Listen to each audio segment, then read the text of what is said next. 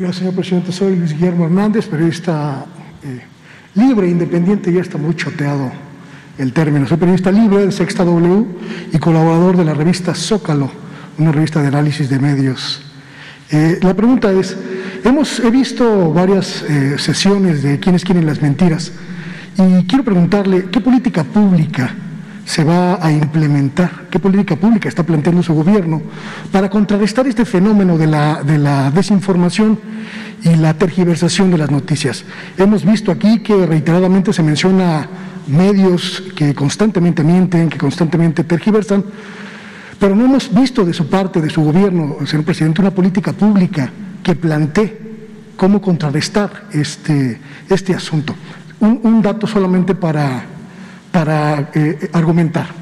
Hace algunas semanas presentaron ustedes una gráfica de cuáles son los medios que más mienten y que más golpean o que más hablan negativamente de su gobierno. Y mencionaban a El Universal, Reforma, TV Azteca, Radio Fórmula. Y casualmente esos medios son también los medios que más reciben recursos de su gobierno, señor presidente.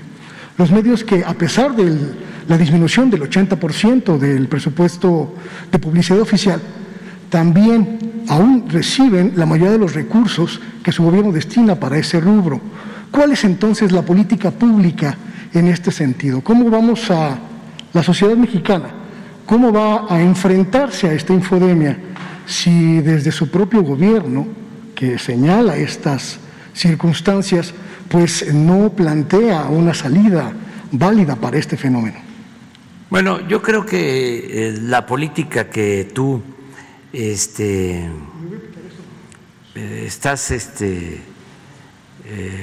demandando con argumentos es esta.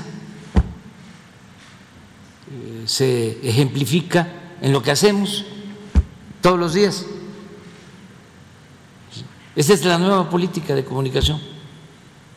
El que podamos ejercer nuestro derecho de réplica y que sin censura podamos hacer un análisis sobre el manejo de la información, respetando la libertad de todos. Esto es importantísimo porque ya no hacen el mismo daño que hacían antes, cuando solo ellos hablaban, cuando solo ellos opinaban, cuando tenían el monopolio de la palabra, porque así era.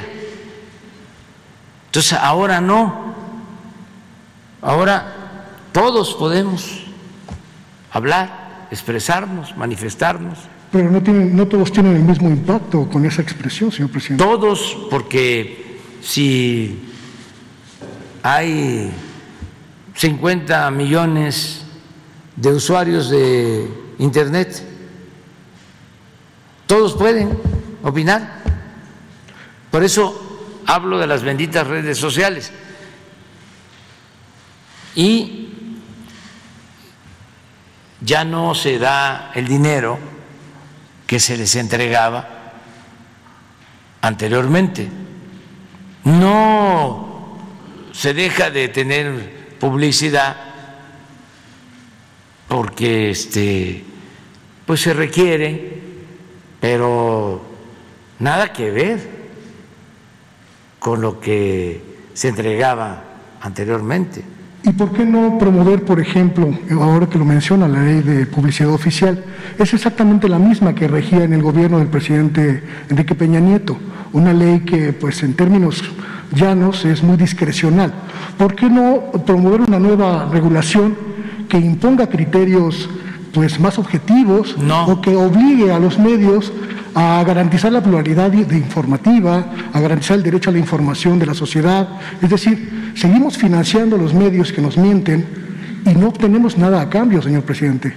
Lo que decía presidente Lerdo, o se le atribuye a él la frase de que la prensa se controla o se regula con la prensa.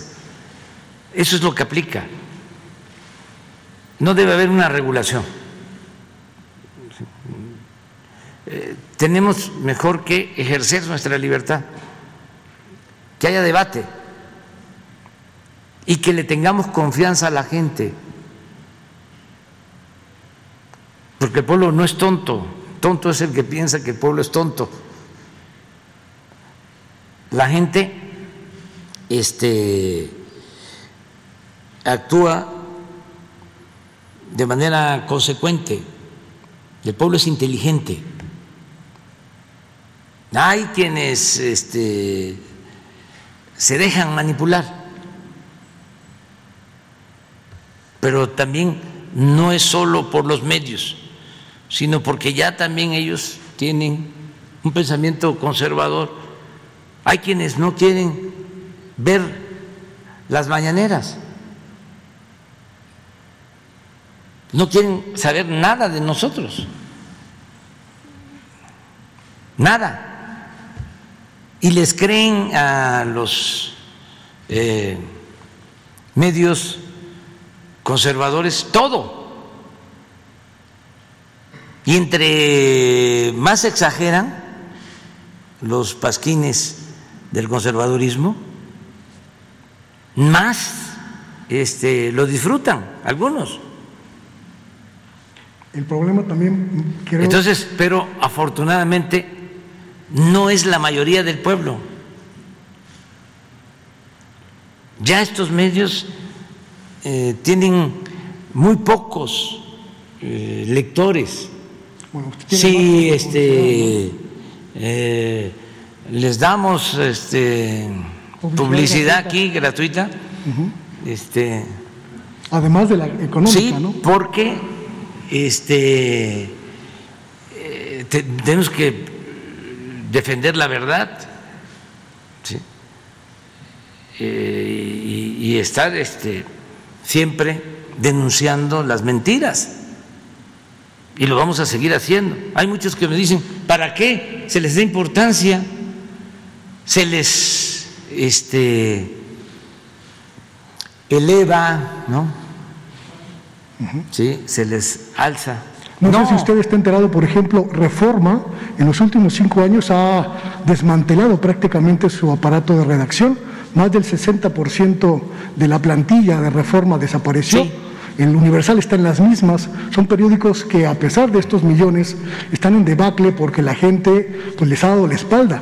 ¿Qué caso tiene seguir dándoles publicidad? ¿Qué caso tiene darles aire todavía? No, pero no creas, ya no hay el dinero de antes, porque el dinero que se entregaba a la publicidad se utiliza para dar becas a estudiantes de familias pobres, se utiliza para las pensiones.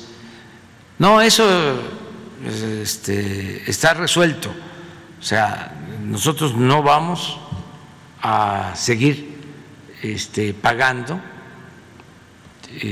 para que nos quemen incienso, y vamos a descuidar o a dejar sin apoyos a la gente que más lo necesita. Entonces, es bueno el ejercicio que se está llevando a cabo en estos tiempos, y la garantía de que no va a haber censura, de que no se va a perseguir a nadie, y solo ejercer el derecho de réplica y decirle a la gente de que pues nos sigue ayudando sin insultos, siendo respetuosos, argumentando, enfrentando pues toda la campaña de calumnias y de mentiras. Hay un poema de Rubén Darío que se llama La calumnia. Lo pongo en mi nuevo libro, que por cierto ya lo entregué a la editorial. y va a salir a finales de mes. Les pongo la calumnia de Rubén Darío. Van a decir que me creo mucho, pero Entonces, nada más para cerrar este aspecto, no hay ninguna posibilidad. No. Leyes, reglamentos, nada de eso. Libertad completa. Rubén Darío era admirador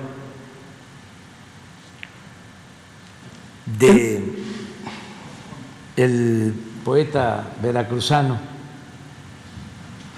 Díaz Mirón, en la primera época de Díaz Mirón, porque fue una época de rebeldía y siempre cuando se lucha por la verdad